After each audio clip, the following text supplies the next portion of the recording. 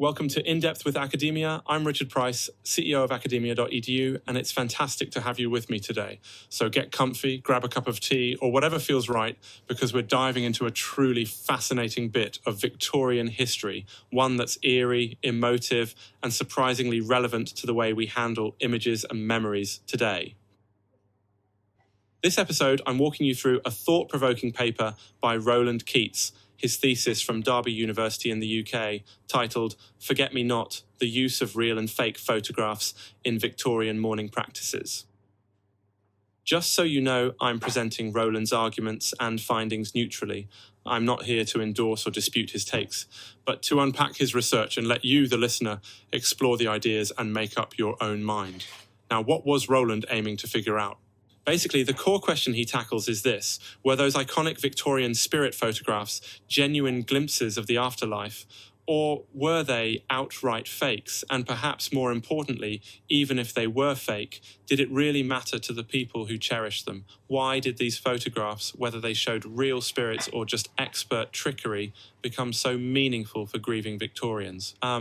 Why should anyone care about what people did with the photography back in the age of Queen Victoria and top hats and, a lot of moustaches? Here's the thing. It's about how humans deal with loss, memory, and maybe even self-deception, and that's timeless. Roland's research helps us explore how people use technology, then and now in really emotional moments, to create meaning in their lives. Maybe there's even a parallel to our digital editing and photo filters today, or, maybe deep fakes. Side note, sometimes I find myself spending way too much time looking at those two photos, same place, a century apart threads, and just wondering about, the whole passage of time. Anyway, back on track. So, what did Roland actually do with this work? He examined both the use of real photographs, those memento mori images of people shortly after they'd died, and so-called spirit photographs, where ghostly images appeared beside the living, often claimed to be the deceased returning for a visit. He dove deep into infamous cases like William H. Mumler, perhaps the most celebrated, or maybe notorious, of the spirit photographers. He also talks a lot about the philosophical context, drawing on thinkers like Roland Barthes and mixing in cultural background from the Victorian cult of death. There's even a chunk about the photographic techniques and strategies photographers use to create these effects: double exposures, props, lighting, all that. Now, one big insight Roland surfaces is that the line between real and fake mattered, but not maybe in the way we might assume. Technically, many spirit photographs were fake, created with simple tricks, double exposures, or with a hidden assistant popping into frame. Sometimes the fraud was exposed. Despite this, people, mourners, continued to seek out and cherish these images. They didn't always, or maybe didn't want to, distinguish real from fake. For the bereaved, having some visual form, a photograph that could be held, touched, tucked in a pocket or placed on a mantelpiece, seemed to soothe an aching sense of loss. It was a tangible way to keep memory alive. Roland also asks, did knowing the picture might be fake really make it any less comforting or meaningful? His answer, or at least his observation, is that the will to believe was sometimes stronger than the will to know the truth. There's a very interesting bit where he quotes a trial after Mumler was accused of fraud and sits in the courtroom saying, hey, even when the evidence against the photographer was overwhelming, people still swore the spirit was real because it looked like their loved one. That desire for comfort, for ritual, for a sense that loss isn't total, seems to win out over logic. He even draws this out to consider, was spirit photography really ever about evidence? Or was it just another ritual, like wearing mourning clothes or creating a lock of hair necklace to help guide people through grief?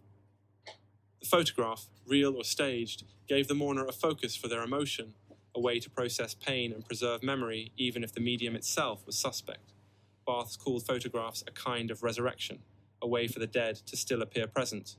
As for methods, Roland details the whole technical side, how double exposure works, how painted props and deliberate lighting helped manufacture these haunting scenes, and how evolving photographic techniques kept up with the public's appetite for proof of life after death.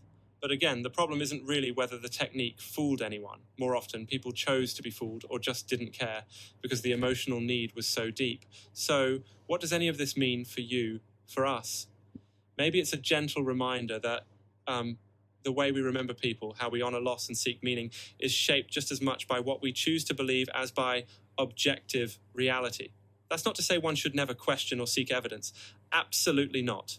But research like Roland's, and remember, I'm just presenting it, not pushing a view, nudges us to wonder how much of our own relationship with photographs, and maybe with all our digital images, is about seeing what we want to see, about filling gaps and easing hurts, whether or not the picture is real. So as always, academic research gives us perspectives, not perfect answers. We don't get absolute truths, but we can get insights and questions that, well, might linger. Thanks so much for listening with me today. If you want to explore this subject more or read the full thesis, I encourage you to check out Roland Keates' original work on academia.edu.